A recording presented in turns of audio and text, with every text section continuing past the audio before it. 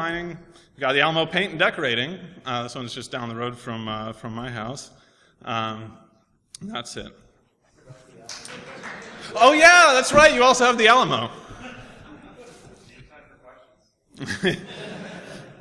All right, let's go to our actual presentation here, which is on credential assessment. And so I'm Matt Weeks. I'm Script Junkie. I'm not Script Junkie 1. Microsoft stole the Twitter handle Script Junkie right before I registered it. And then they later gave it up, but I still couldn't get it back. So I'm Script Junkie 1 on Twitter, which is what you see in your handouts. Just a little bit about the motivation behind this talk. So when I start out, I say the first things that I did in security, I'd done more in the software development side of things. And then in college, I started to get interested in security, learned all I could, started to look for vulnerabilities and find exploits for zero-day vulnerabilities, sold a few of those. That was kind of a pain in the neck, so I didn't continue in that direction, although I have done a few since then.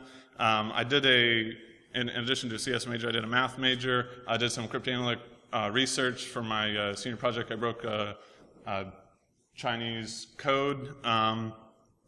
Then when I went into actually getting a job after graduating, I first did a lot of work in the forensics and reverse engineering world. So did a lot of pulling apart binaries, looking through logs and master file tables and all that kind of thing. I then moved into a similar area into enterprise hunt operations, so looking at finding malware across a big network, finding out how people were moving through the network, getting in the network, getting into adversary C2 channels and doing lots of interesting things with that. And then red teaming, which I've done a little bit as part of that, also a lot with, for example, the CCDC and some other places as well. On the side, I've done some defensive development, which is my current job now, which is writing software for doing hunt things and identifying weaknesses in networks. I wrote the ambush hips to do that, all which is not to say go look at me. I've been all here.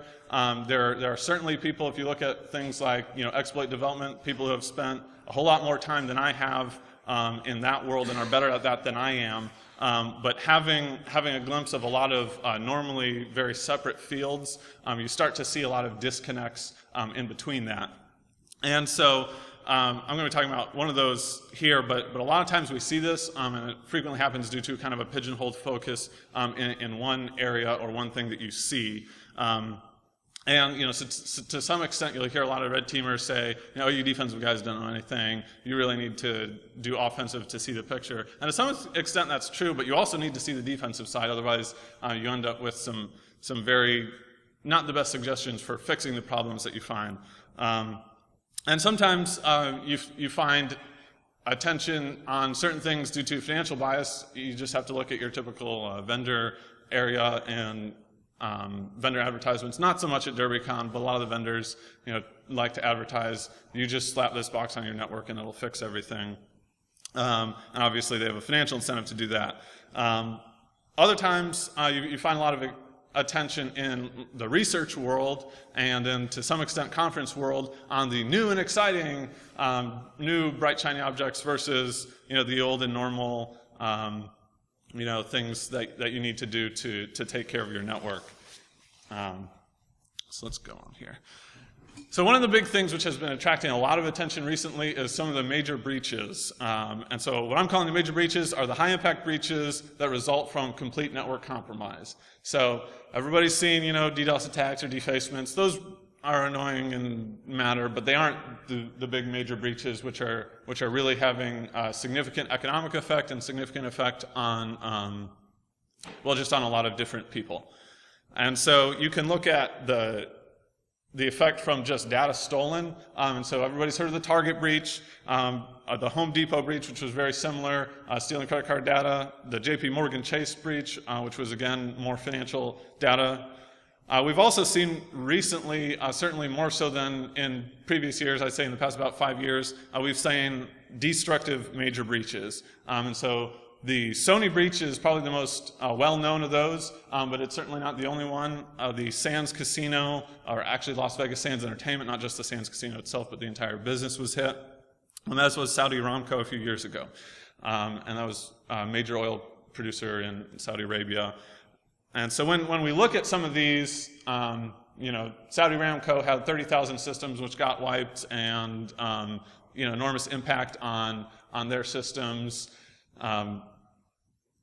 These are normally accompanied by, you know, screens showing, you know, taunting messages toward the users and blasting music, or what was it, Thunderstruck or something like that. And so that ends up being very painful to a company, as all of a sudden tens of thousands of their employees can't get their work done, and there often is a lot of data which is lost, which is not easy to get back. So what is happening? What is causing these? So as a security industry, it's our job to fix that. Probably the best analysis which has been made public is done on the target breach. I pulled this diagram from the link there, which you can see. It started by infecting a vendor with a social engineering email, most likely. After having access to that HVAC vendor in Pennsylvania, those vendors' credentials were stolen by the bad guys to access a web server of targets which that vendor had access to. After that point, they were able to use those credentials and that access to exploit that web server, get a shell on that web server. They identifying what was on that, they modified their malware to avoid antivirus detection, as Egypt was mentioning in the last talk, if you were there for that. And then they used the malware to steal credentials. They used something called MiniCATs to dump passwords and other credentials on that web server. Once they had those, they then spread their actual endgame malware, was called Black POS, onto each of the point of sale, that's what POS stands for, systems. And those are the systems that were, you're swiping your credit card into, collecting your credit card data, and sending that all back to them, at which point they then sold that on the black market and made a lot of money. So what was the critical flaw in this? So they broke it down into, I think it was 11 different steps, which I've summarized a little bit. There was a lot of press coverage on this. A lot of it from Brian Krebs. He was the one who was leading a lot of the reporting on this. So the first thing he did was pointed out that Home Depot was hit by the same malware as Target. So here we're kind of focusing on this. This Black POS malware was something which, although it had been modified slightly, was something which had been seen before. Maybe if they had better malware detection, they would have been able to find this. Bloomberg has it right there in the headline. It says, missed alarms and 40 million stolen credit card numbers. How Target blew it. Well, how did they blew it? Well, real simple. They missed alarms. They had FireEye systems on the network, which sent off a couple alerts as these executables were being downloaded in plain text to their systems. And Target didn't respond to that. And that sounds very easy to... Well, of course that must have been it to a reporter, somebody outside the industry. If you've sat within a security operations center and you've seen the millions and millions of false positive alerts, this is not surprising at all, and certainly isn't a red flag to this is the biggest issue. Other articles talked about how even if you have a bottomless budget for security software, hardware, and services, it means little if you don't have empowered geeks to help recognize a breach early on. So it was their personnel that they should have been putting the money into instead of the boxes on the network. And that's certainly something which is at the root of a lot of issues. The U.S. Senate even held a hearing and had a committee prepare a report on what happened here, which is rare for breaches, but they came up with 4 major findings. First one was giving access to the HVAC vendor who didn't follow great security policies. So it was this HVAC vendor compromise, this initial step here. The second one that they mentioned was the warnings, as was the 4th one that they mentioned, and the 3rd one, they showed that they had moved from one area of Target's network to another area, and Target probably should have isolated that. So maybe we should have added some network segmentation here to put a barrier in between these different servers. Other research or other articles again talked about breaking in via the HVAC company, that initial step there, and others. So to summarize, we had the missing alerts. According to Krebs, we talked about missing skilled incident responders, this initial access with the HVAC vendors. He also mentioned, well, what if they had just adopted end-to-end encryption? So he didn't go into detail here, but this is basically what the chip is. If you've gotten a new credit card and you've gotten a chip, you put that chip into Target, and those point-of-sale devices never have your credit card number. It does basically a cryptographic handshake with the bank's servers and should never release your credit card number. So if you do that, that's certainly one way to fix this issue. But that's not applicable generally because a lot of companies are going to have sensitive information which they're going to need to protect, and you can't just say, I'm not going to keep sensitive information on my network. Obviously, minimize it if you can. So according to Senate investigations, again, you have your missed alerts, your HVAC vendor access, and non-default isolation. A similar story happened with the Sands Casino. This one I just love. The article about this is just amazing. I just want to read a piece from it. When this attack happened, the computers were flatlining, email was down, most of the phones didn't work, and several of the technology systems that helped run the $14 billion operation had sputtered to a halt. Computer engineers at Las Vegas Sands Corporation raced to figure out what was happening. Within an hour, they had a diagnosis. Sands was under a withering cyber attack. PCs and servers were shutting down in a cascading IT catastrophe, with many of their hard drives wiped clean. The company's technical staff had never seen anything like it. In an effort to save as many machines as they could, IT staffers scrambled across the casino floors of the Sands Vegas properties, the Venetian and the Palazzo, ripping network cords out of every functioning computer they could find, including PCs used by pit bosses to track gamblers and kiosks where slot players cash in their tickets. So in the middle of Vegas, they're running down the hallways, yanking the cords out of the walls to stop the cyber attack, and it wasn't even DEF CON. For which I'm very disappointed in the hacker community, but yeah, it was an attack which hit so many of their servers across the world, so many of their casinos, and ended up shutting down a lot of their operations, costing them an awful lot of money. They go into describing how this happened. So the attackers had attempted to gain access in a few ways, failed, came back. They found a web development server, which was something that the Sands Corporation developers had stood up, but they hadn't locked it down. It was just a test server. It wasn't one of their production servers. They found a vulnerability in that, compromised that system. They used MiniCATs to steal passwords. They were then able to move from that server to other servers on that same network, that Bethlehem IT system. And on one of those other ones, using probably local administrator credentials, and then on one of those, they were able to find a domain or enterprise admin equivalent credential, and that guy's password or token or ticket, and then move from there to take over the entire Active Directory forest that Las Vegas Sands was using. And at that point, they controlled the entire network. So again, initially exploit via web server, stole passwords, repeated that until they found domain admin, and then they deployed their attack across the entire network. In this case, as far as I know, there were no alerts that were missed. Their initial attack did flag some alerts, but then their second one did not.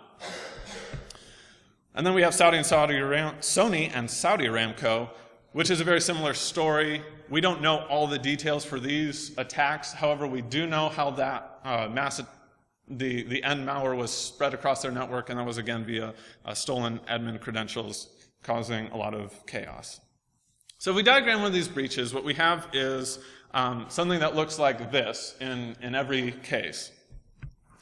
And so you ask yourself, well, let's plot how the industry is responding to these breaches. And so you've got number one, identify that initial access.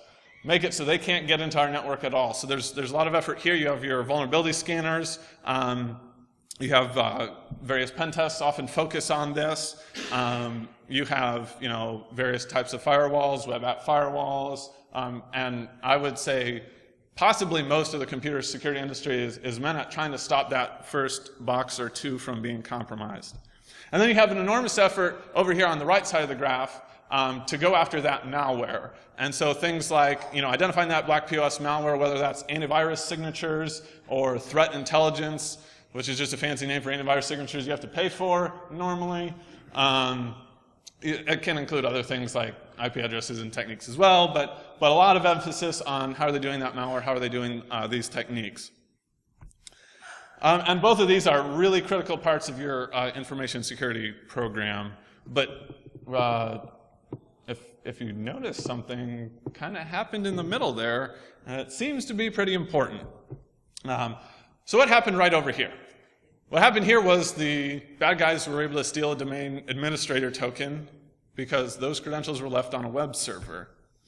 And in all these major breaches, what we find repeatedly is that credential theft grants you at least 5,000 times the access that your exploit or your social engineering attack did. Sometimes it's 10,000 or 30,000 times as much access. But it's really credential theft that turns that one system into 1,000 more. And what you find is, in my opinion, malware detection and software vulnerabilities aren't the biggest problem in enterprises. Leaving your admin creds lying around all over the domain tends to be that problem. So who's recognizing this problem? Well, you can just Google this target breach. You look for that HVAC vendor credentials, that initial access, and you get almost 500,000 results. You look for malware, and you get, again, almost 500,000 results. The first page in both of these instances, it's all mentioned right there in the title, right there in the headline. If you look for domain admin, you get very few results, about 1/10 as many, and none of them are in the headline. They're all in paragraph 11, step 5. There's basically very little focus on this comparatively. And that's not just in this particular breach, that's in the IT industry as a whole. And I think one of the biggest illustrations of this is, you look at for more than 10 years now, close to 15 years, Windows has stored complete passwords in memory, slightly obfuscated. It was implied by documented features, documented at least as far back as 2003.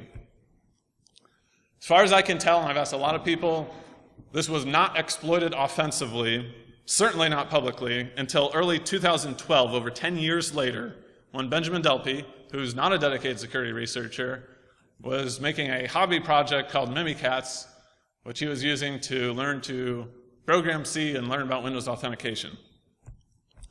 And if you look at just the breaches, so a few of them we've mentioned, but a lot of other ones, just the documented impact of MiniCATs in breaches surpasses that of virtually any exploit. You could say maybe there's a couple which passed it, but the documented impact of MiniCATs probably surpasses just about any exploit that we've seen in the past 5 years.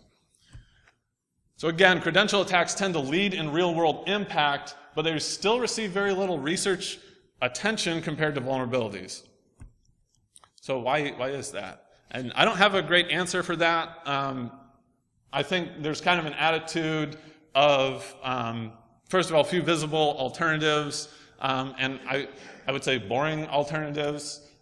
People like that say, oh, well, I guess, or place the blame on the user and the administrator. So they say, well, I guess you shouldn't have had a weak password. I guess you shouldn't have reused your password. I guess you shouldn't have logged into that system, or maybe you should just reboot, or, we just kind of go back to, oh, well, they had authenticated access. What are you going to do about it? And there's not a whole lot of, I think, imaginative solutions. And some of the solutions that are out there tend to be large software project deployments, which can certainly help, but tend to be a large IT issue. So how do we defend against this? So what I'm going to describe is kind of how we approach this from Root 9B's perspective as a security assessment in one of our security assessment services, I guess. First thing we want to do is identify the dissemination of credentials. So where are your credentials? Where are they stored? Where can we find them? Where are they in memory? Where are they on disk? And then once you've found that and who they all correspond to, identify which ones are reused. So who all is sharing credentials. And then once you've identified that, you need to identify both the direct and the indirect impact of the credentials. So what can those credentials get to, and figure out how to chain those together to get maximum impact. So you're not looking at just the impact of the one, but you're also looking at the impact of everything that you can get to from there. And then determine the mechanisms to break those chains, and say, well, where can we cut this off so it doesn't end up causing a cascading failure, and then go to clean it up. Hopefully identify if there's any changes that you can make to help prevent some of this stuff from happening in the future, and of course continuing to audit so that you don't just try to clean stuff up and then leave and then watch it all go back. So here's kind of our hand-wavy diagram of we've got scanners which will go ahead and collect all this information. They push out the collectors, that data gets pulled back into a big database, and then we do queries on that and kind of have our own homegrown UI analysis for that. So first of all, to scan all the systems, you do need to use credentials to do this. We don't have any fancy 0 days that we're using to spread this. It is a small collector. You can debate till the end of time about whether you want an agent or whether you just want to rely on existing logs or whether you want to throw out your own code. We did the throw out our own code method so that we're not leaving more stuff on the network, and it kind of fits more the assessment methodology. We then look at the credentials present, and this is something which was certainly more involved than I realized it would be. When you start getting into the guts of how this works, you find that Microsoft tends to lie a lot in its documentation. And so Microsoft has all these explanations of things. So for example, tokens, which is normally your biggest way of stealing your domain credentials from a single system.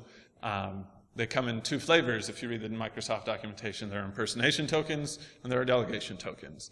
And impersonation tokens, you don't really care. Because impersonation tokens just means, let's say a process is running as if it was, let's say, a privileged account on this system, but it doesn't really have that privileged account's credentials to then use against a different system. Delegation tokens are the other kind. Delegation tokens are the all-powerful kind. Delegation tokens mean not only am I operating as privileged admin on this system, but I also have privileged admin's credentials, and I can throw them at any system that I want and take over those systems. I can then steal and reuse those credentials. Again, all according to Microsoft documentation. And Interpreter actually has which was then based on the previous incognito, which will show you what tokens you have on a system. Unfortunately, though, quite a few of those delegation tokens actually aren't delegation tokens. When you ask Windows, is this a delegation token, it'll say, yeah, and it's not really. Or it'll say, no, it's an impersonation token, but there's really a hash or a Kerberos TGT in memory or something like that. And so we found we then had to do more stuff, more kind of like MiniCATs to basically I'd check and see, is this hash really in memory, or is this Kerberos TGT really in memory? And so yeah, you have to do that, and then you also want to look in detail at what are all the user accounts on the system, what are all the relevant privilege assignments, so which groups have been granted which privileges on the system, what configuration details does that system have, because that ends up having a lot of effect on this ability to pass credentials, and identify all the security group memberships of all the accounts on that system and all the groups on that system. And once you've done that, you can then basically attempt to recreate that Windows authentication on the other side and identify how that has happened. So then we move on to extracting hashes. And so normally as we mentioned, Egypt mentioned in the previous slide, extracting domain hashes has often been a difficult process, which involves extracting the system hive and the ntds.dit file, which is huge. And then you have to extract the hashes from that, which is its own long process, which involves installing a whole bunch of dependencies, and it's really complicated, and there's a bunch of Python scripts out there which don't work, or they work on some like 2K3 version, but not the 2K12 version. But there's this handy website, extract.ntdsd.it, which you can just upload your domain hashes, and then it'll just extract them all for you and give them to you. And what could go wrong? As far as I know, it still works. Works, I mean. What we want to do was not that. Certainly, as they were talking about before, this was something that Mesplit has also now added on some handling for And that is, you don't want to, you ideally don't want to have to extract this massive file out and then go run very intensive operations on it. So our method actually just parses the raw disk sectors and then parses the MFT and then reads it off the raw disk, which is kind of like doing a volume shadow copy, except not doing volume shadow copy. And so then we extract it from there. And then we just query the SAM ones from the registry. And so once we have that, the other thing that we do then is we don't want to contribute to this problem of grabbing a whole bunch of credentials. So we have a little bit different goals than Meterpreter does. So rather than store the original hashes in there, what we'll actually do is we will then hash them again with SHA-256 so that if you capture our hashes, you won't be able to replay them and pass the hash somewhere else.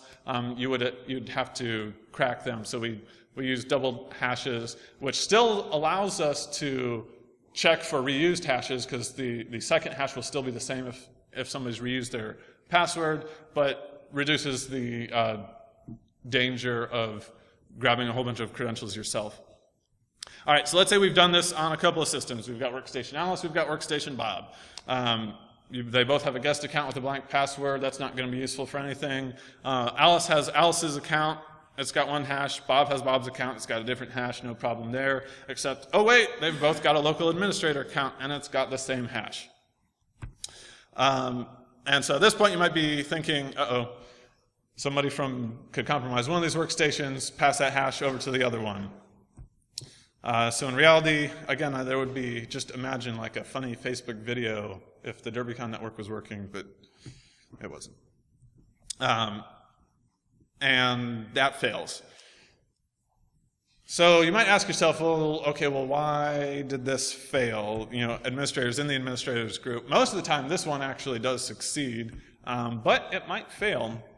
And so what we found is that, so what we're doing is we're basically taking account, tracing its rights through any groups that it's a membership of, and where those rights are assigned.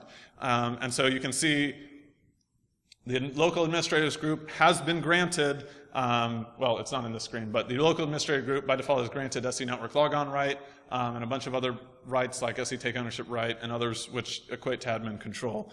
And so members of the administrators group generally do work for PSExec or however you want to take over that remote system, except if there's this setting introduced in Vista, which is the UAC run all administrators in admin approval mode setting, which is on by default, which blocks all the administrators from remotely, all the local administrators from remotely taking over that system with network logon.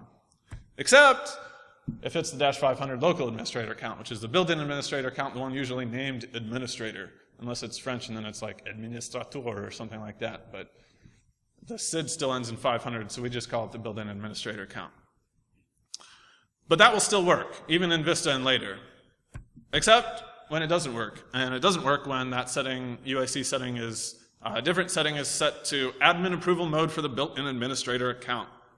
And this is important because you can run into environments where hopefully they have this one set. And if this one is set, then the local admin accounts can't be used to go PSExec over to another local admin box, even if they have the same password. And we need to be able to identify that correctly. And one of the issues that you have is when you start talking about stuff like this, deep Windows authentication, you'll find a lot of people say, oh, well, the built-in administrator account still works for pass the hash, and then just stop there. And what we find is, actually, there's so many settings. Normally you can't just say this works or this doesn't work. You actually have to check all the non-default settings and all the non-default registry keys to see how is it really configured, because something which normally isn't an issue might be an issue, or something which normally is an issue might not. All right, so we try again. Flip that back to the default and try to go execute that, and it fails again. So wait, now what might be the issue? Not blocked by firewall, trying to authenticate. Does anybody know what could still block it?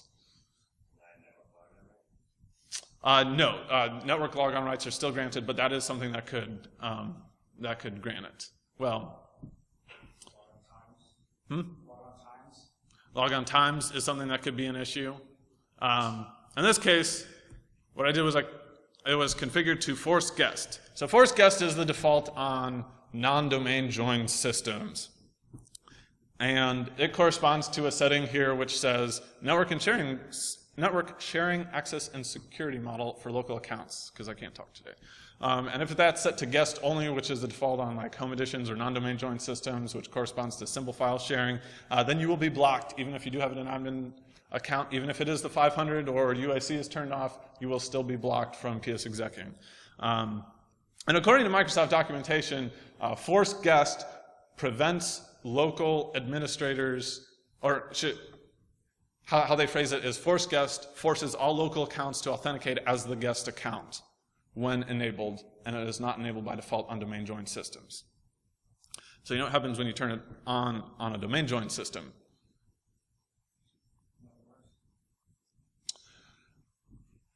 That is what I thought, but that is not the case, because as the documentation says, force guest only applies to the local accounts. However, the documentation is wrong. Force guest has no effect whatsoever, and even though it says it blocks it, it doesn't actually block it. So that was a surprise to me, again, in the past few months, actually testing some of this stuff. So basically, authentication is complicated. Again, we have the special rights assignment. So we didn't even go into, you could add somebody's account to the SE deny network logon access right, even if they had SE network logon access right, or you could revoke SE network logon access right and still block it. In versions of Windows equivalent to 7 or later with sufficient service pack, you can do special SID restrictions, so you can apply those SE network logon rights or deny network logon rights to only local accounts. There's a special SID for that, or local accounts and members of the administrators group. And of course, there's firewall policies which you can run into. And you're like, all right, so I've done all that. I've turned UAC up all the way. I have blocked the local accounts from SE network logon right via special SID restrictions. I'm good, right? Except you're not.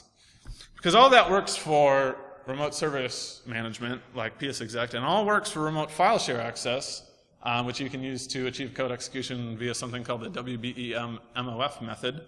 And you can use remote registry access and task scheduler and WMI and Windows remote management, all of which are separate mechanisms of taking over a standard Windows system, and all of which ride off of network logon. And it's important to consider all of these, because what I frequently see is in companies, they'll say, well, we're blocking Windows remote management, so, we're going to stop all that, hackers from taking advantage of that. And in reality, hackers have at least 5 other choices which they can use to achieve the same result, which is popping your box. And so a lot of times those restrictions aren't particularly valid, or they'll block lots of them except for one. And so you have all that, and that all works for network logon. But there's, guess what, a completely different set of rules for remote desktop. So all your UIC settings, which blocked your local admin accounts, don't affect it. However, that's okay, though, because you need an actual password to do remote desktop logon.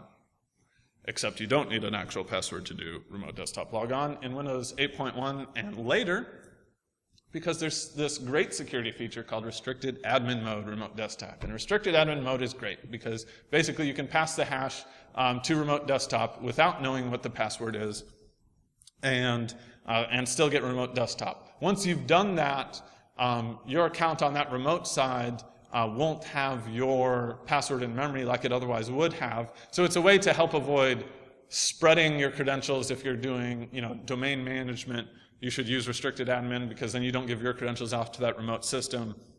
But it does have the side effect of undermining all of the UIC restrictions which prevented lateral movement to using the local workstation accounts. And you can absolutely use restricted admin mode with those local accounts.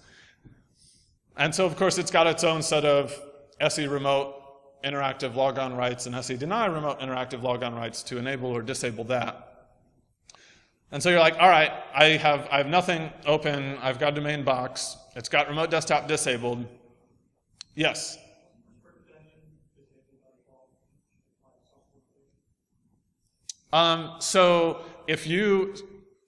Yes, kind of. If you start off with a remote desktop connection and you don't specifically ask for restricted admin, it will give you a non-restricted admin. So you have to throw that on as a separate switch on the MSTSC command prompt. And I'll talk a little bit about mitigations at the end on how you can force that in a bit. So if nothing's open, so we've got remote desktop disabled, we turn the firewall to block all of those network logons, any inbound connection whatsoever. So the question is, this box is just sitting there in the middle of the room, nobody's touching it, so you can't target a user, and without using an exploit, can you pop this box? Does anybody have any ideas? No, because your firewall is blocking that. So you've put everyone in the deny network logon, you've put your firewall up, they can't connect to you. Can they control your system? Yep. That's right. Of course you can pop it. You compromise the domain, you apply a group policy to it to set a particular registry key like a app-init DLLs, and then it goes and pulls a DLL from your server, and you've got code execution in about 20 minutes to an hour. Again, without anybody ever touching it. So again, you've got other methods like that. So why do we care about all the nitty-gritty details of Windows authentication?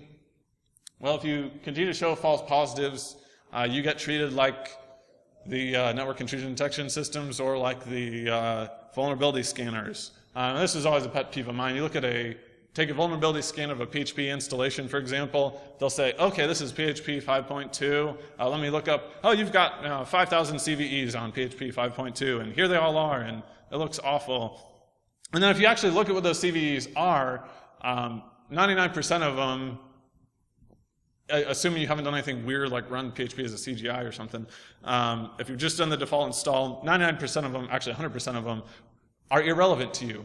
They only apply if you are, let's say, running a shared hosting provider and you run untrusted PHP code from somebody else, and then they could use that PHP code to get code execution, which is a stupid security model anyway. If you're going to let somebody run PHP code, just treat it as equivalent to code execution, because it's basically equivalent to code execution. And yet, because somebody somewhere tries to make that a security barrier, you have 10,000 CVEs, and most of them are just meaningless. And so we want to avoid doing that. If we want to tell you, you've got an issue with credential theft here, we want that to be accurate. All right, so we put it all together. I put up 3 systems on a test domain. One of them is a domain controller. The other ones are domain join workstation. Pulled all our data back. And so the question is, what happens if, Bill Loney from HR gets his password phished or compromised or runs an executable or something like that? So let's see what happens. So here's Bill Loney, and what we found was that Bill Loney has a reused password. And so you can draw a link from his circle to the credential circle there, corresponding to that reused credential. And it turns out a lot of other people share his password. And we'll just say this is very similar to basically every real network we've scanned, which shouldn't be too much of a surprise. So what we see is oftentimes a lot of reused credentials, not just within a domain. So here you find a few other accounts, no privileged domain users or anything. But you also find the local admin accounts of at least 2 systems. And so these are the 2 workstations. And so once you have those accounts have rights over their respective workstation. So you then draw the links there. And then, well, if you look at those workstations, those then have access to a whole lot more accounts. So they've, of course, got access to all the hashes of their local accounts. But as we can see, at least one of them also has a token of Jurassic, which is the domain user sterling.archer. And sterling.archer has privileges to do pretty much anything. He's a domain administrator, so he then has rights over the domain controller, which is class, which then, at that point, of course, has all the rest of the hashes for all the domain users on it, leading to complete domain compromise. And so what you found here is that when you've put together not just what does this guy have rights to, which is what most IT analysts are looking at. They're saying, what's his group? Does he have the appropriate rights? Yeah, looks good. But also, where can he get from there, not just directly, but indirectly by following all those links? And what we found is that about half the accounts and all of the systems in the domain are equivalent to full domain control. And that's generally regarded as a bad thing. And that was just the shortest path that we graphed from that account to full domain control. There's also lots of other paths which you could also take, which will get you the same result, leaving quite a hairy mess to clean up. So the question is, what you then want to find is where can you make the biggest difference? Because again, you don't want to necessarily start off with, you do want to fix all of these, but you want to be able to say, what's the biggest deal? So what we've done here is we've said, what happens if we disable the sterling.archer account?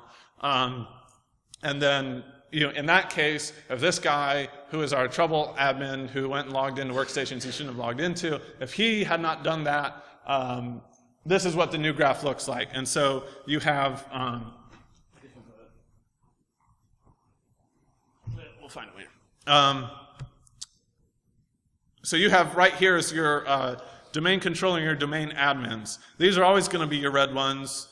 These are always going to have full control. That's expected. But now, this big clump over here is now yellow, and yellow is better than red, right? And so yellow is all of your workstations and local accounts there. And they still have their own issues. We already know they've got a reused local admin password, which is a bad thing. But at least they're not equivalent to full domain control now. So we've kind of identified what the problem is and at least made it a little bit better. And we can move forward from that point on, figure out who's causing our issues. So again, if Bill got phished, it's still bad, but it's not immediately horrendously catastrophic. You have more of a chance to catch things.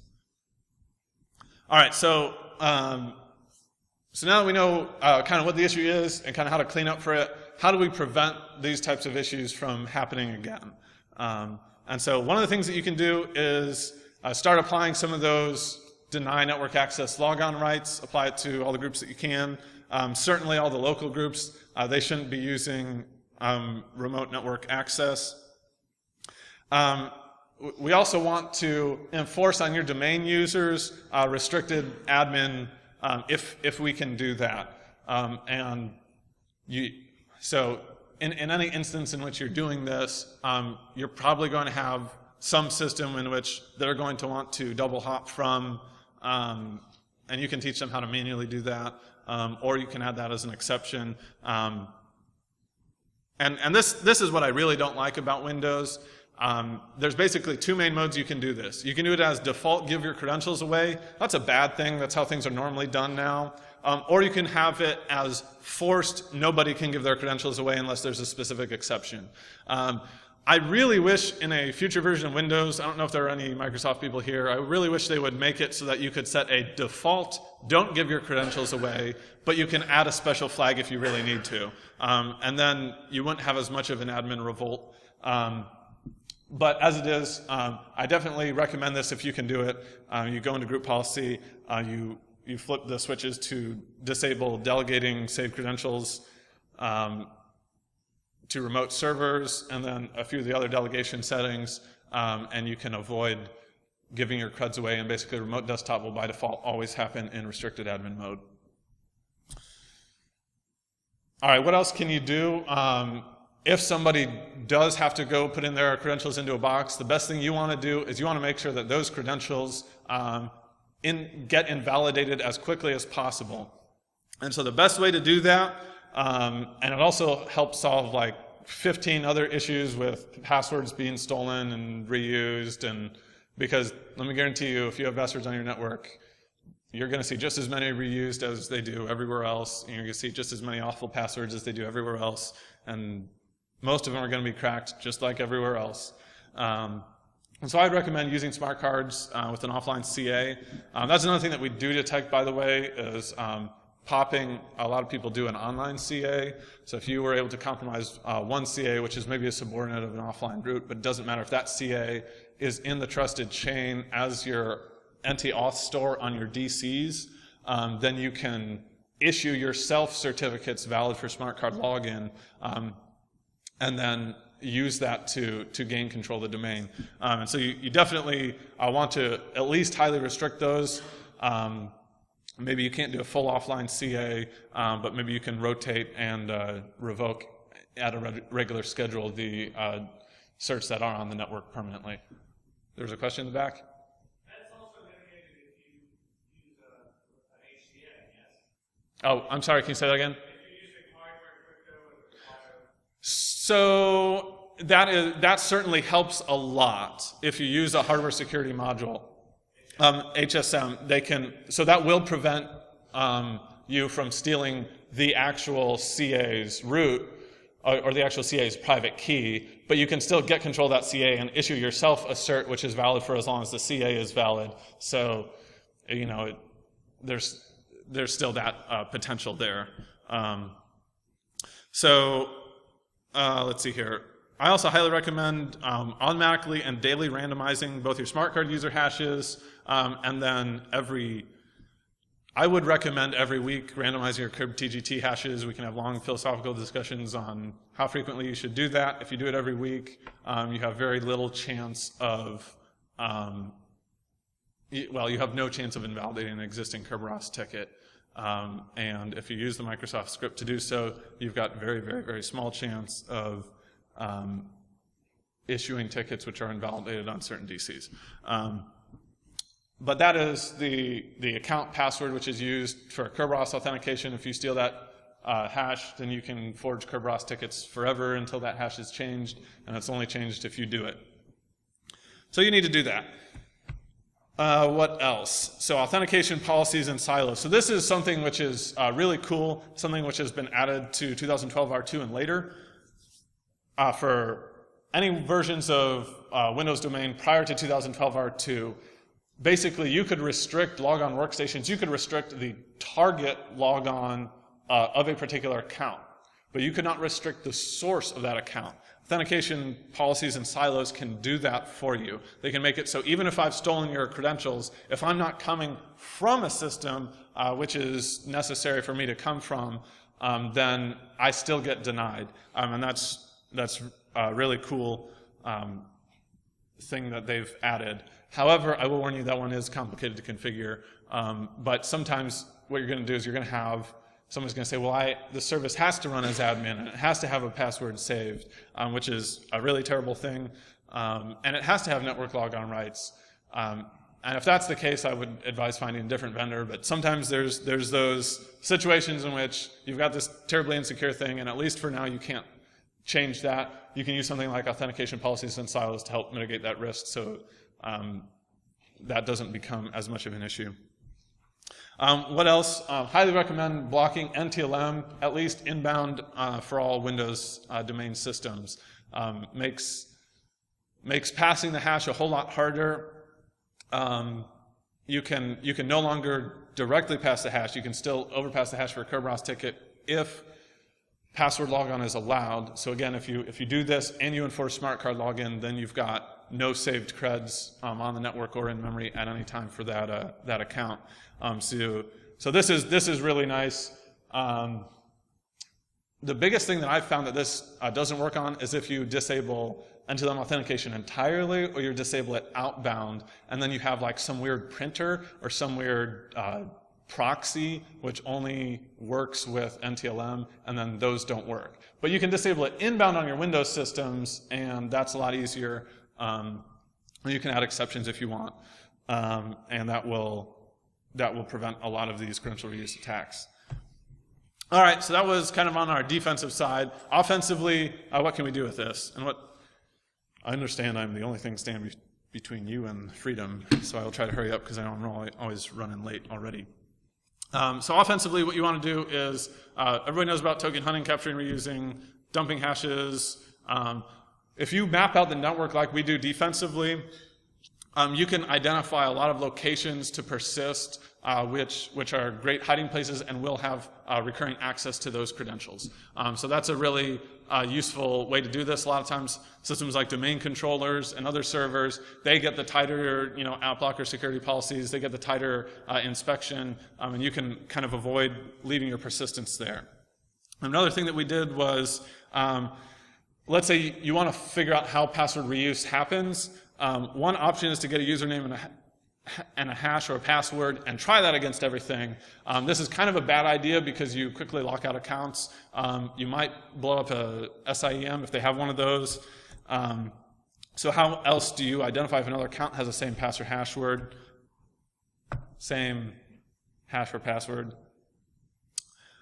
Another thing that you can do is to set up an NTLM capture server, distribute UNC paths around, watch the NTLM challenge and response come back, and then try to brute force those offline. So to my knowledge, prior to us releasing this script, nobody had found a way of doing this with the hashes alone. There are various systems out there like OCL Hashcat, which will allow you to brute force the challenge response just with the challenge response, and they're going for passwords. But what we did was we wrote a script that will allow you to do it with a hash. So if you've captured the hash and it was reused somewhere else, and you can't crack it no matter how good the password is, you can still identify if it's been reused on another account. And I will do that super fast here.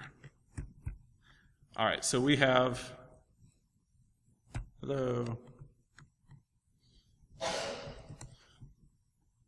So we've got a system here. Where's my mouse? MSF console. Because somebody removed MSF CLI. I don't know why they do that. And once we start with that, so this is going to be our victim. So we've done a hash dump of one system, and we've got, I think they're here. No, they are somewhere else. We'll find them later. Oh yeah, they're on the desktop. So here's our hash set, and we've dumped it from somewhere, and we want to find out if anybody else reuses any of these hashes without being able to crack them. And so we're going to use auxiliary server capture SMB, and run that. And we are at 56.101, and so we spread a link or something, or give them a link to click on, and they go to 101. And what do we get? A whole bunch of challenge and responses using our spoof challenge. And so we can see it's user bob.barker coming from MSIE Vista, and he's got these various challenges. So what we then do is we do Ruby NTLM capture hash check. And this one, there we go. We give it the account name, which is bob.barker. We give it the client challenge, which we cut from here, the one that says client challenge. And we put that there. We do domain, which is whatever they told us the domain was, which in this case is MSIE Vista. And then we do the NT hash response, which is in the section called NT hash. And we do the server challenge, which in this case is the default because we ran our own capture server, which spoofs the original server challenge, so we won't need to put that in there. And we will test this file, which is root desktop hashes. And we run that, and ta-da, we've found the matching hash. So again, without cracking this hash, we've identified that this new account that we didn't have the hash for has a reused hash of account we did have the hash for, and this new account might be more privileged, and we can then use its credentials, pass the hash, and take over from there. So that's our demo. And Windows is most certainly genuine.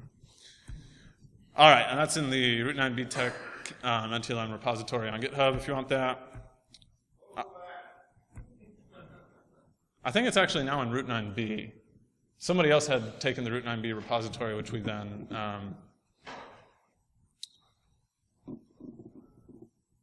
good?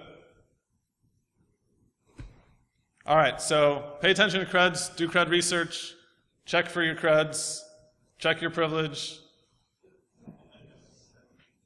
identify new and reused credentials, and use them to persist or do offensive or defensive work whenever you can.